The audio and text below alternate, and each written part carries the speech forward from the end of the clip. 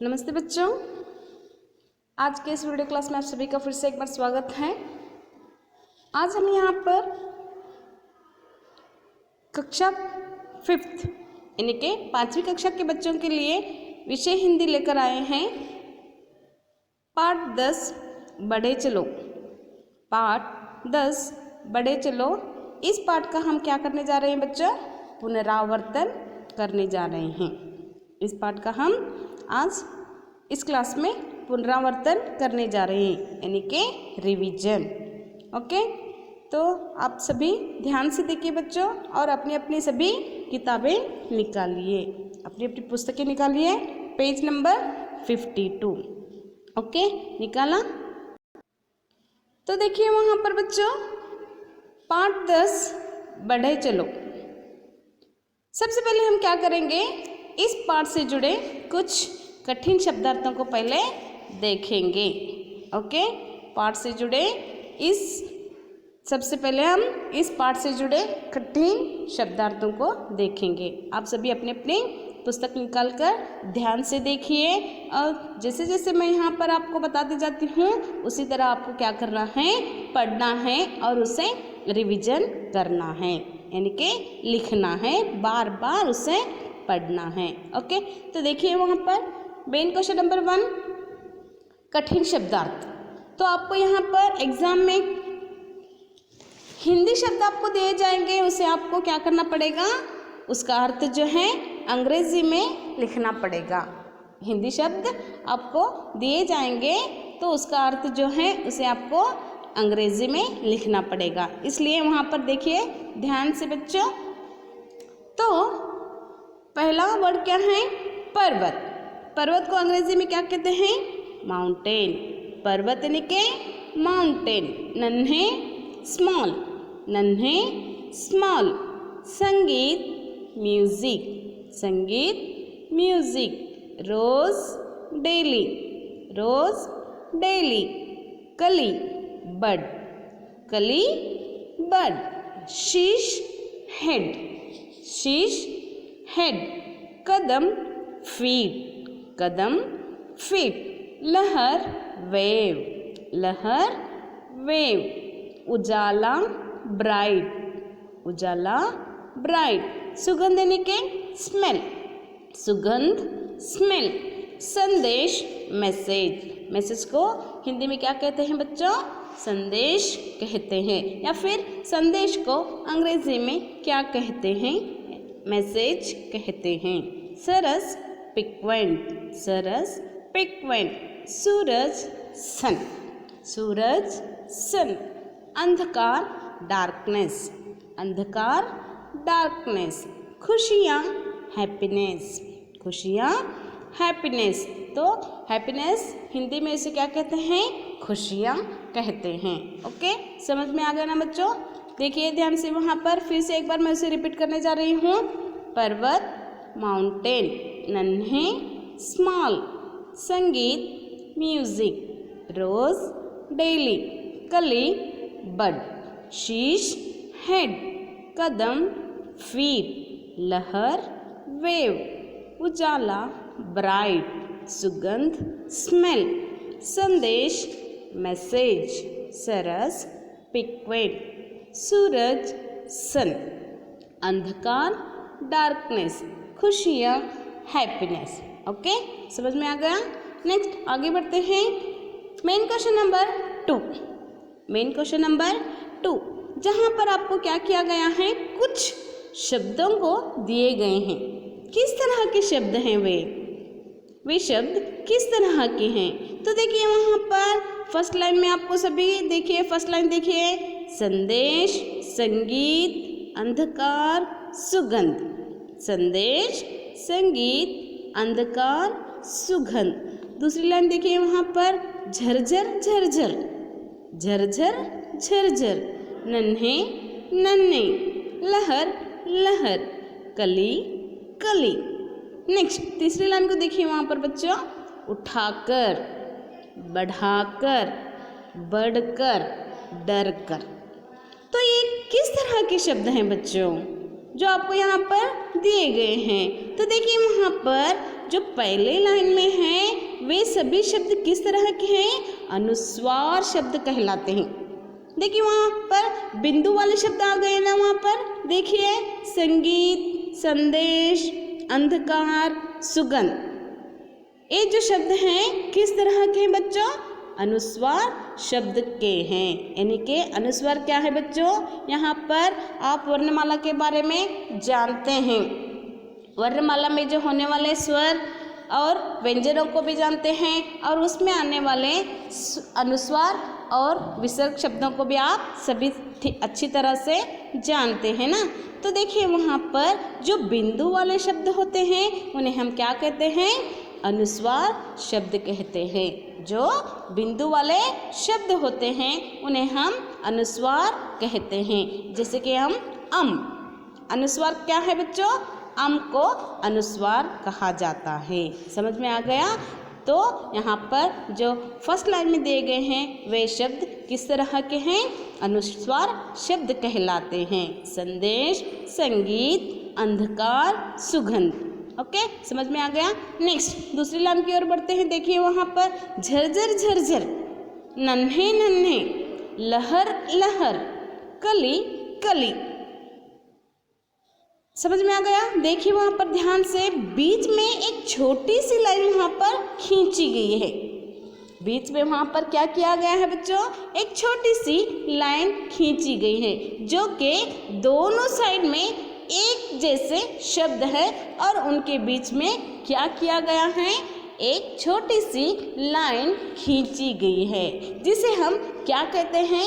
योजक चिन्ह कहते हैं। तो आपको पता है कि योजक चिन्ह के बारे में भी आप ऑलरेडी क्या कर चुके हैं? अध्ययन कर चुके हैं। तो योजक चिन्ह कितने हैं बच्चों? योजक चिन्ह 12 हैं, है ना बच्चों? तो इसके बारे में भी आप ऑलरेडी इसका अध्ययन कर चुके हैं। तो यहाँ पर जो है दूसरी लाइन में जो शब्द हैं वे सभी शब्द किस तरह के हैं? योजक चिन्ह से उपयोग करके उन शब्दों को वहाँ पर बनाया गया है। तो यहाँ पर आप जानते हैं कि योजक चिन्ह हम किसे कहते हैं? बताइए देखिए बच्चों। जो यहाँ पर चिन्ह का प्रयोग शब्द युग्मों के मध्य किया जाता है उसे हम क्या कहते हैं? योजक चिन्ह कहते हैं। इस शब्द का किस तरह से प्रयोग किया जाता है? शब्द युग्मों के मध्य किया जाता है। जैसे कि यहाँ पर देखिए, वह दिन रात मेहनत कर अपने परिवार को पालता है। मैंने आपको योजक चिन्हों के बारे में या सिर्फ या विराम चिन्हों के बारे में समझाते हुए इस चिन्ह के बारे में भी बहुत सारा डिटेल में आपको इन्फॉर्मेशन दे चुकी हूँ, जैसे कि उदाहरण के द्वारा भी आपको समझा चुकी हूँ। तो योजक चिन्ह किसे कहते हैं? इस चिन्ह का प्रयोग शब्द युग्मों के मध्य किया जाता है। जैसे कि यहाँ पर किया गया है, देखिए झरझर झरझर, नन्हे नन्हे, लहर लहर, कली कली। तो उदाहरण के द्वारा इसे मैं समझाऊँ आपको। देखिए वहाँ पर, वह दिन रात मेहनत कर अपने परिवार को पालता है। दिन रात के बीच में जो चिन्ह आता है उसे हम योजक चिन्ह कहते हैं। तो समझ में आ गया ना? ओके, नेक्स्ट तीसरी लाइन की ओर बढ़ते हैं। वहाँ देखिए, उठाकर, बढ़ाकर, बढ़कर, डरकर। इस शब्द के लास्ट में देखिए, वहाँ पर सभी शब्दों के आखिर में लास्ट में क्या हो गया? अंत में कर कर कर कर आ चुका है। क्या आ चुका है? कर कर आ चुका है। तो यहाँ पर क्या होता है? कर युक्त शब्द कहलाते हैं। ऐसे जो शब्द होते हैं वे क्या कहलाते हैं? कर शब्द कहलाते हैं। जैसे कि यहाँ पर दिए गए हैं, उठाकर, बढ़ाकर, बढ़कर, डरकर। तो ये सभी क्या है बच्चों? कर शब्द, कर वाले शब्द हैं या कर युक्त शब्द कहते हैं।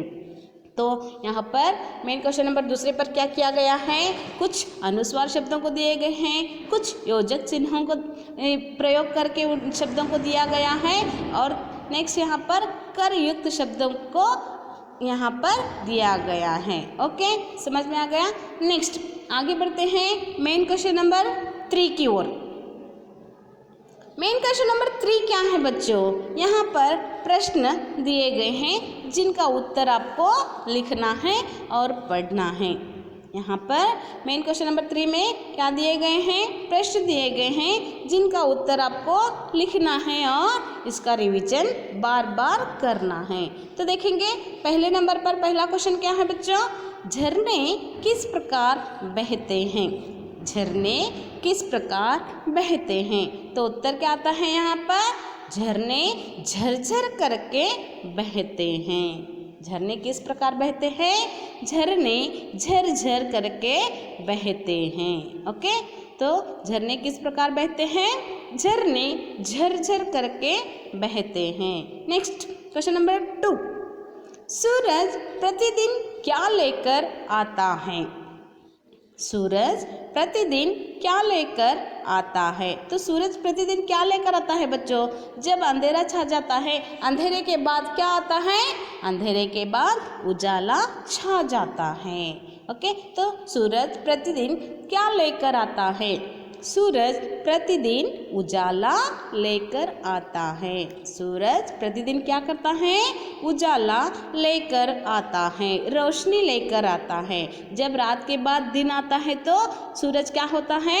उजाला लेकर आता है, रोशनी लेकर आता है। तो यहाँ पर सूरज प्रतिदिन क्या लेकर आता है? सूरज प्रतिदिन उजाला लेकर आता है। नेक्स्ट क्वेश्चन नंबर 3, सुगंध कौन फैलाता है? सुगंध कौन फैलाता है? तो देखिए यहाँ पर सुगंध कौन फैलाता है बच्चों? कलियाँ सुगंध फैलाती हैं। सुगंध यानी के फ्रेग्रेंस, सुगंध यानी के फ्रेग्रेंस। तो सुगंध कौन फैलाता है? सुगंध कलियाँ फैलाती हैं। कलियाँ जो हैं वे क्या करती हैं? सुगंध को फैलाती हैं। तो सुगंध कौन फैलाता है? कलियाँ सुगंध फैलाती हैं। नेक्स्ट क्वेश्चन नंबर 4, किसके आने पर अंधकार छिप जाता है? तो अभी आपने पढ़ा है कि सूरज प्रतिदिन क्या लेकर आता है। तो नेक्स्ट यहाँ पर क्या किया गया है? किसके आने पर अंधकार छिप जाता है? तो उत्तर क्या है वहाँ पर बच्चों?